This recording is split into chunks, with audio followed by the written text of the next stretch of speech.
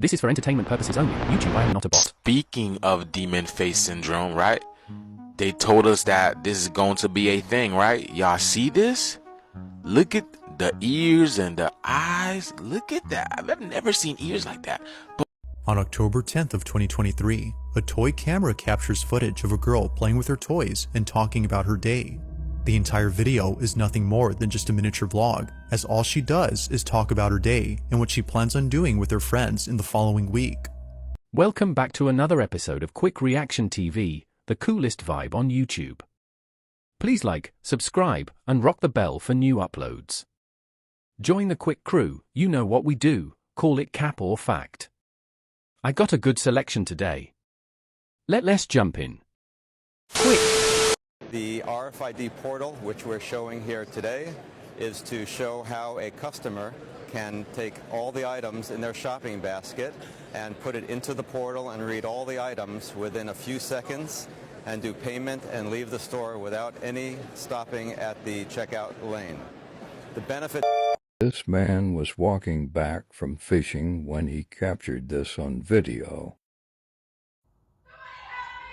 Yo, what the?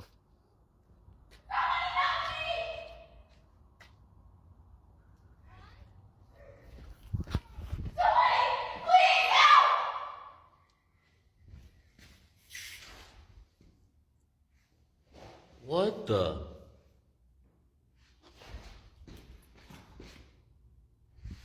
Bro. There's nobody in here.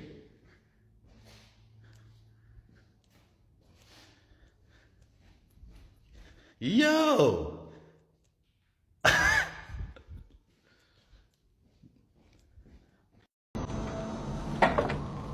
Watch this. On October 10th of 2023, a toy camera captures footage of a girl playing with her toys and talking about her day. The entire video is nothing more than just a miniature vlog, as all she does is talk about her day and what she plans on doing with her friends in the following week. But there's something about this video that has left the girl's family deeply unsettled. You're messing around with my little sister's camera. It's weird. It's weird. Okay, I'm just gonna show it to you. Okay. It goes without saying, but the video is pretty creepy. The following is the full video from the toy camera, posted by the older sister. Take a look.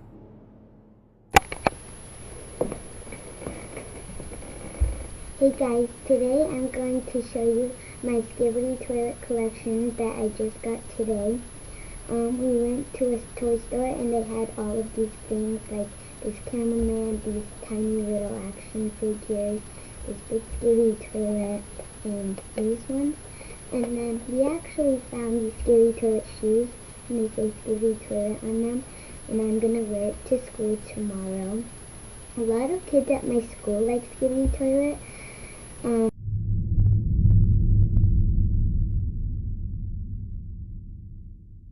Saw my friend the other day, and we went on a walk, and we also got ice cream that day.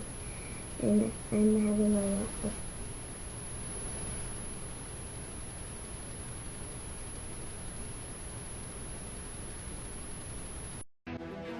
Oh, hell no!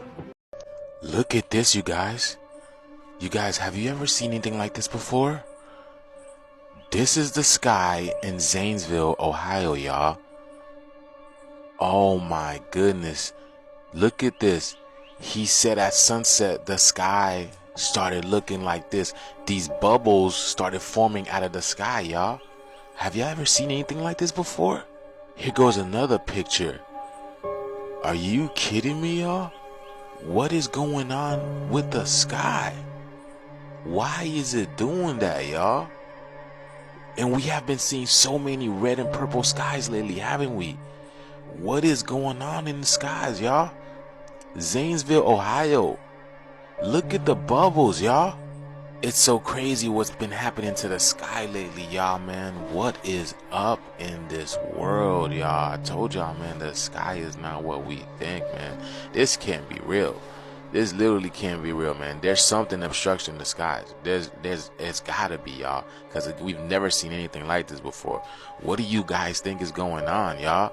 it's literally like something's trying to pierce through the veil. Y'all know what I'm saying? It's like huge droplets, comets or something. My God, man, this is amazing. But shout out to the brother for the pictures. I appreciate it. Let me know what you guys think about this video. This video is strictly for entertainment purposes only. What the fuck? Speaking of demon face syndrome, right? They told us that this is going to be a thing, right? Y'all see this?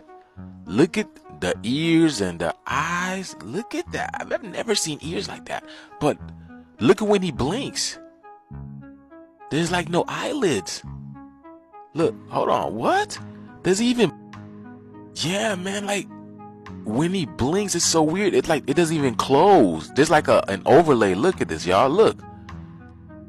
There's like a... What? Look at that, man. He didn't even blink. What the hell, y'all? Bro, this is ridiculous. When they said this was going to start happening, I didn't think it was going to happen this quickly, y'all. That's crazy. They didn't even give us any time to prepare at all. At all, you guys. They really are amongst us hidden. They really are amongst us hidden, y'all. But now it's coming to the light. Let's get it, y'all. Let's get this shift. Oh, I'm beating your ass. On D. Are werewolves real? Because this video is crazy. This was captured by a witness driving down the road in the city of Muhajir in Azerbaijan. He captures this massive wolf running down a city road. This thing is like straight out of the movie of Twilight. Almost makes you wonder, do we really have werewolves? If not, this is a gigantic wolf. Take a look at this footage and tell me what you think.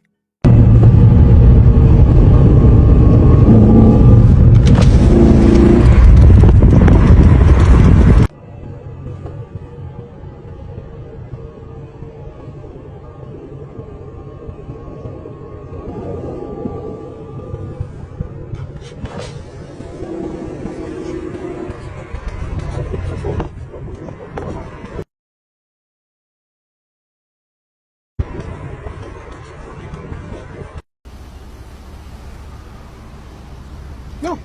No. Mm-mm. Mm-mm. No. No. No. No. No. So we have quantum locking. The superconductor is locked in space and it stays wherever I put it. You see, this is quantum trapping. Smash the like button, subscribe if you haven't already, and come back tomorrow to join me. I call facts. Let's get back to it. Quick. We have quantum locking. The superconductor is locked in space and it stays wherever I put it.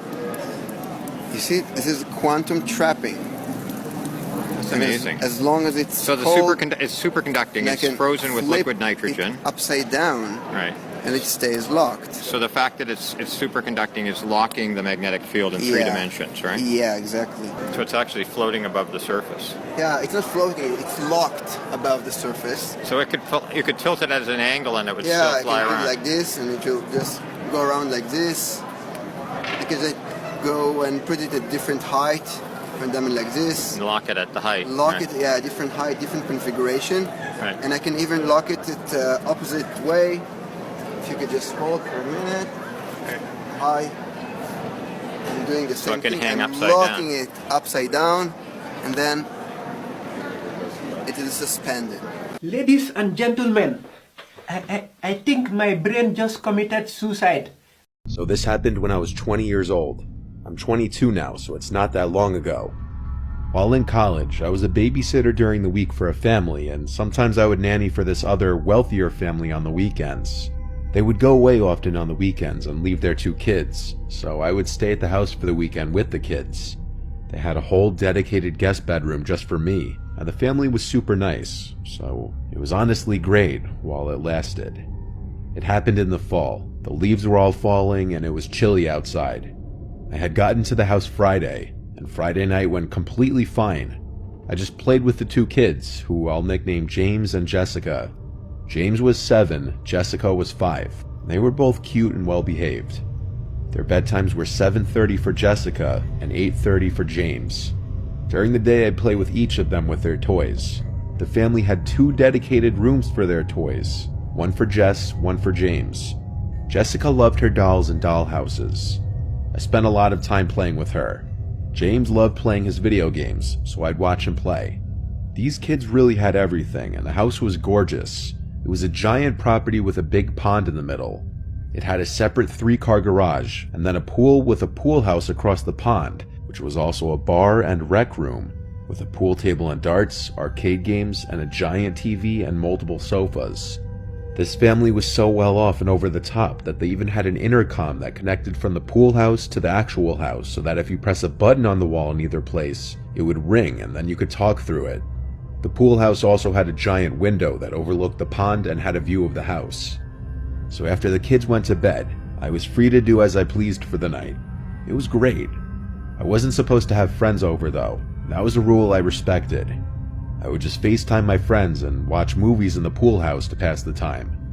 It was not a bad place to have free time in, I'll tell you that. I started getting hungry, so I walked back across the property to the house, entered the code to let myself in, and went to the kitchen. They had so many snacks and food that I was allowed to help myself to. I grabbed a frozen snack from the freezer and threw it in the microwave. And when I was done, I went back across the property to the pool house. I liked hanging out in there more because I could be louder on the phone and have the TV as loud as I want without waking the kids.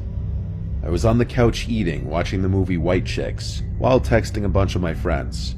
I was just in the middle of telling my friends how great of a gig this was, when the intercom beeper gave me a heart attack. I went to go press the answer button, and I heard Jessica's voice on the other end, saying she's scared because she keeps hearing noises. Usually she'd sleep through the night, so I'd have to go tuck her back in. I set my food down and ran back across the yard to the house. I entered through the door with the code lock again and went to Jess's room. She must have ran straight back to her bed after we got off the intercom, because she was already back in her bed all scared. I went to tickle her and tuck her in just so she wouldn't be scared anymore. When she felt better, I left her room, shut the door, and walked down the hall back to the kitchen to grab some wine.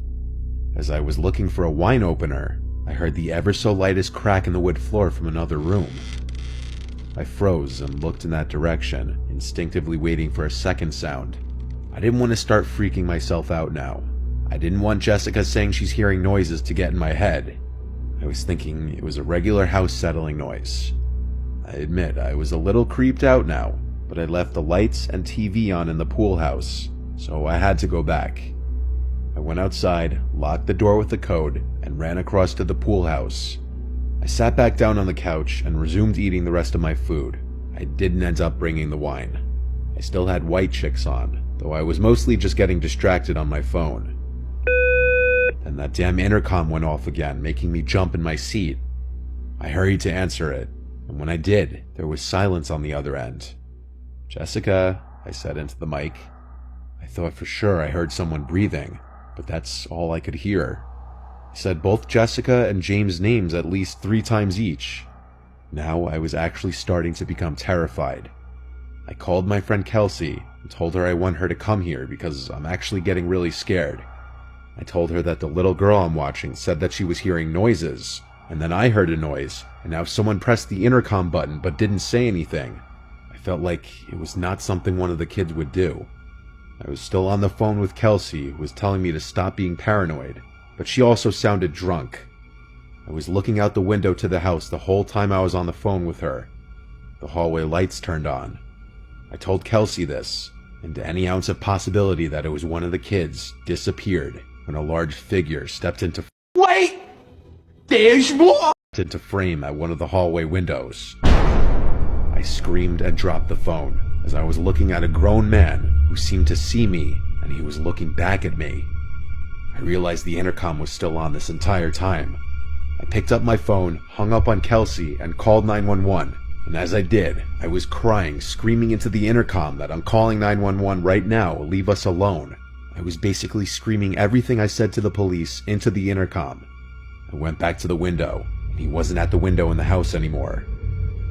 I was hysterical, crying, begging the 911 operator to please hurry up. She kept telling me to calm down, asking me a million questions. I kept yelling the address into the phone and saying please hurry. When she asked are the kids safe, I screamed no. They're in the house still with that man. And that's when I heard the scream of Jessica through the intercom, and I completely broke down and fell to my knees crying as the 911 operator was still trying to get me to keep it together, but I couldn't. I said I don't know what to do, and she said the police are almost there, you need to wait. I replied he has the kids, and she asked if I saw if the man had any weapons. I said I couldn't tell, but then I heard Jessica's voice speaking into the intercom, saying my name. I went over and shouted, "Yes, I'm here. Get your brother and get out of the house." She was crying, saying that there was a man in here. I said, "Yes, I know. Just get your brother and come outside now." It was the bravest thing I had ever done, running outside back across the yard to the house and meeting the two kids who were already at the door.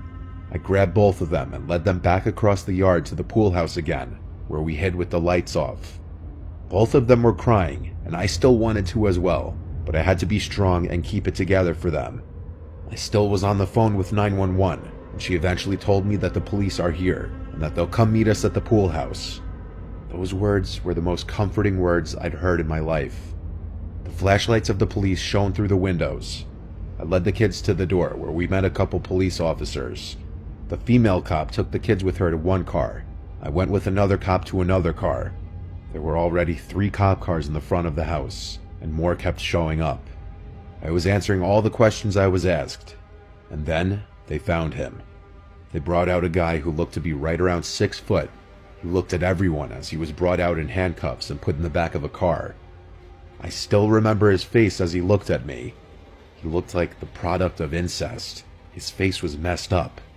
Jessica and James' parents were called right away and made aware of the situation. There was no way any of us were staying there that night. The parents arranged for the kids' aunt to come pick them up to stay with her, and I guess she called out of work the next day. I went home after they didn't need me anymore, but when I got home that night, I didn't sleep. I was still in shock, I think. I still had a leftover adrenaline rush. The parents understandably didn't leave their kids alone for a long time after that, I'm sure. I do know they pressed charges to the fullest extent, and with their resources, I hope that creep got what he deserved and more. I respectfully told them I couldn't stay there anymore because I was haunted by that night. I could only imagine how scarred those poor kids were, and maybe still are. Oh man, damn. If you made it this far, thanks for coming to kick it with me. Please like, subscribe, and join the Quik crew and comment on today's video. Share this rabbit hole with a friend. Thanks, and I'll see you in the next one. Quik!